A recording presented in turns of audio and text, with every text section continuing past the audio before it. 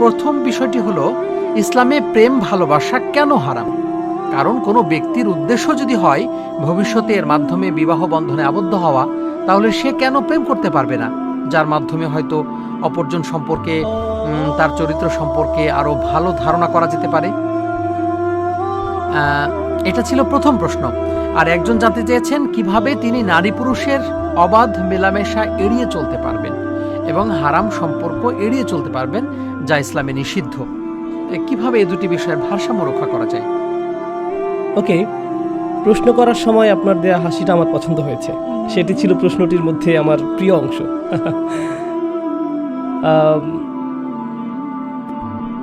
এই বিষয়ে আমার মতামত হলো, প্রেম হলো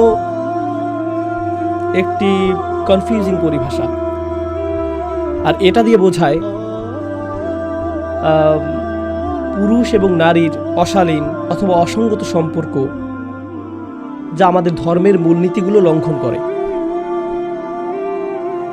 কিন্তু আমি অত্যন্ত পরিষ্কারভাবে বলতে চাই, এই বিষয়ে যা আমার কাছে যুক্তিসঙ্গত মনে হয়েছে, সাহাবারা বিয়ে করেছিলেন এবং তারা একে অপরের সম্পর্কে জেনেছেন, তারা একে অপরের সাথে কথা বলেছেন, তাদের মধ্যে পারস্পরিক বোঝাপড়া তৈরি হয়েছিল।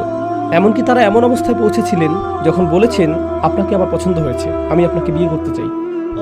ঠিক আছে, তাহলে আমার পরিবারের সাথে কথা বলুন। এরকম ঘটেছে। স্বাভাবিক শালীন মাত্রার মধ্যে কথোপকথন আমাদের ধর্মে সম্পূর্ণরূপে বৈধ। যদি আপনি মনোযোগ সহকারে মদিনার জীবন অধ্যয়ন করেন, সাহাবীরা কিভাবে মদিনায় বসবাস করেছেন, মদিনায় নারী এবং পুরুষের ব্যবহার একে অপরের সাথে কেমন ছিল, আপনি পাবেন যে আমরা যেরকম চরম পৃথকীকরণের কথা বলে থাকি, আসলে মদিনাতে সেরকম কিছু ছিল না। সম্মানপূর্ণ একটা যোগাযোগ ছিল, স্বচ্ছ একটা যোগাযোগ ছিল। এই সচেতনতা সহকারে যে আমাদের ধর্মের কিছু মূলনীতি আছে যা আমাদের মেনে চলতে হবে। আপনাদেরকে বলছি, এতে কোনো সমস্যা নেই। যখন আপনি বিশ্ববিদ্যালয়ে পড়ছেন, কিছুদিনের মধ্যেই পড়াশোনা শেষ হবে, শীঘ্রই চাকরিতে যোগ দিবেন, আর আপনি কাউকে পছন্দ করেন, এটা হারাম না। অপরজনকে জানানো যে আপনি তাকে পছন্দ করেন এবং বিবাহ বন্ধনে আবদ্ধ হওয়ার জন্য কথোপকথনের আগ্রহ ব্যক্ত করা হারাম না। কিন্তু হ্যাঁ, আপনি যদি একান্তে সময় কাটানো শুরু করেন আর আপনারা নির্জন স্থানে একে অপরের সাথে রাত 3টা পর্যন্ত কথা বলেন এবং এ জাতীয় অন্যান্য কাজ করেন, তাহলে আপনি বিপদসীমার মধ্যে প্রবেশ করছেন। কিন্তু আপনি সম্মানের সাথে প্রকাশ্যে স্বচ্ছতা সহকারে কারো সম্পর্কে জানার জন্য কথা বলতে পারেন। এমনকি মেয়েরাও যারা এখানে বসে আছে, তারা তাদের বাবাকে বলতে পারে যে বিশ্ববিদ্যালয়ের এক ছাত্র আমার সাথে কথা বলার প্রস্তাব দিয়েছে, আমিও তার সাথে কথা বলে দেখতে চাই, আপনি কি এতে সম্মত আছেন? এটা ঠিক আছে, এরকম করাতে কোনো সমস্যা নেই। আমাদের ধর্মীয় সাহিত্যে এরকম কিছু আমার চোখে পড়েনি যেখানে বলা হয়েছে যে এতটুকু পরিমাণ পারস্পরিক যোগাযোগ কোনোভাবে দোষণীয়। কিন্তু আপনি যদি কাউকে না জানেন, তার ব্যক্তিত্ব, তার পছন্দ অপছন্দ, তার হাস্যরসের অনুভূতি ইত্যাদি সম্পর্কে মোটামুটি ধারণা না নেন, আর আপনি যদি শুধু বলেন তাকে দেখে মনে হয় যে সে নামাজ আদায় করে, তার দাড়ি রাখা যথেষ্ট বড়, আমার মনে হয় এটুকুই যথেষ্ট, তাহলে আপনি হয়তো বিপর্যয়ের শিকার হতে পারেন।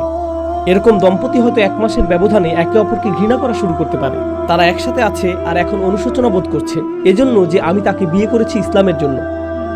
এটা ইসলাম না। ইসলাম এটা বলছে না যে আপনাকে সম্পূর্ণ অপরিচিত একজনের সাথে বিবাহ বন্ধনে আবদ্ধ হতে হবে। ইসলাম কখনোই এগুলো বলেনি। আর আমি উন্মুক্ত প্রেম ভালোবাসার সংস্কৃতিও সমর্থন করি না। ইসলাম আমাদেরকে শালীনতাপূর্ণ কিছু দিক নির্দেশনা দিয়েছে, সেই সকল দিক নির্দেশনা অনুসরণ করুন। এমন কারোর সাথে পরিচয়, জানাশোনার মধ্যে কোনো সমস্যা নেই, যার সাথে আপনি বিবাহ বন্ধনে আবদ্ধ হতে আগ্রহী। আমরা পশ্চিমা সভ্যতার মতো এরকম উদারপন্থীও না যেখানে ক্রয়ের আগে পরখ করে নেওয়ার নীতি মানা হয়।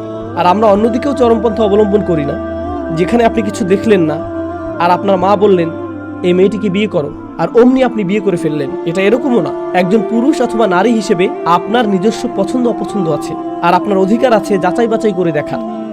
আর যখন কথা বলার সময় আসবে, তখন আপনি যদি অপ্রস্তুত হয়ে যান আর বলেন আপনি যা বলবেন তাই ঠিক, আমি সন্তুষ্ট, বিয়ের পরে তো আর আপনি এরকম ভাবে কথা বলবেন না। তখন ঝগড়া এত জোরে হবে যে স্বামীও বলবে তোমার এরকম পরিবর্তন কেন?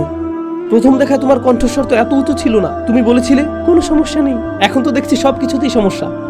কি হয়ে গেল এখন? এটা এজন্য যে আমাদের পছন্দ অপছন্দ, আমাদের সীমা, আমাদের স্বাচ্ছন্দ্যের মাত্রা সম্পর্কে সৎ স্বচ্ছ কথোপকথনের ক্ষেত্রে আমরা অত্যন্ত ভীত। যদি একটি ছেলের নিজস্ব নিয়ম নীতি থাকে এবং তার হবু স্ত্রীকে বলে আমি খুবই অস্বস্তি বোধ করব যদি আমার স্ত্রী এটা এটা এবং এটা করে, এই ব্যাপারে আপনার মতামত কি? এরপর মেয়েটি বলল আমি এটা পছন্দ করব না। যদি আপনি সোশ্যাল মিডিয়ায় অন্য মেয়েদের সাথে কথা বলেন, আমার জন্য এটা হবে অস্বস্তির কারণ। আপনি আপনার সীমারেখা সম্পর্কে আলোচনা করতে পারেন। আপনি আলোচনা করতে পারেন এমন কিছু সম্পর্কে যা আপনার অনুভূতিতে আঘাত দিবে। আপনি আলোচনা করতে পারেন বিবাহিত জীবনে আপনার প্রত্যাশা নিয়ে। এগুলো গুরুত্বপূর্ণ আলোচনা। এটা আপনার বাকি জীবন। এটাই আপনার বাকি জীবন। একটি মেয়ে কি জিজ্ঞেস করতে পারে? আপনার মায়ের সাথে আমার সম্পর্ক কেমন হবে? এ ব্যাপারে আপনার মতামত কি? এটা একটা গুরুত্বপূর্ণ প্রশ্ন। কারণ যদি আপনার মা আমাকে কিছু করতে বলেন, আমি কি সেটাকে আপনার পক্ষ থেকে আসা আদেশ বলে বিবেচনা করব, নাকি সেটা ভিন্ন বিষয়? আমাদের ধর্মে কিন্তু এটা পৃথক।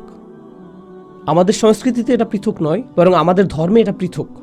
আপনার দায়িত্বের মধ্যে আপনার স্বামীর দাবি রয়েছে, কিন্তু আপনার দায়িত্বের মধ্যে আপনার স্বামীর বর্ধিত পরিবার বা অন্য কারো দাবি নেই। আপনার স্বামীর কাছে তাদের দাবি আছে। সে আপনাকে এজন্য বিয়ে করেনি যে আপনি শুধু তার মায়ের সেবকে পরিণত হবেন। সে আপনাকে বিয়ে করেছে কারণ সে আপনার সাথে সম্পর্ক তৈরি করতে চায়, যেখানে সে আপনার দেখাশোনা করবে এবং আপনি তার দেখাশোনা করবেন। আপনি এই বিষয়ে আলোচনা করতে পারেন, এই বিষয়গুলো পরিষ্কার করে নিতে পারেন। এ জাতীয় গুরুত্বপূর্ণ বিষয় আলোচনা না করে ব্যয়বহুল নিকাহ, গায়ে হলুদ, বৌভাত, পার্টি এগুলো সব হয়তো হবে।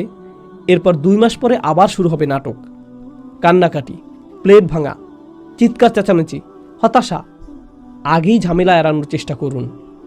আমাদের ধর্ম অস্বাভাবিক বাধ্যবাধকতা আরোপ করেনি। আমাদের ধর্ম দিয়েছে নৈতিক, আধ্যাত্মিক দিক নির্দেশনা। শুধু এগুলো অনুসরণ করুন, তাহলেই কোনো সমস্যা হবে না।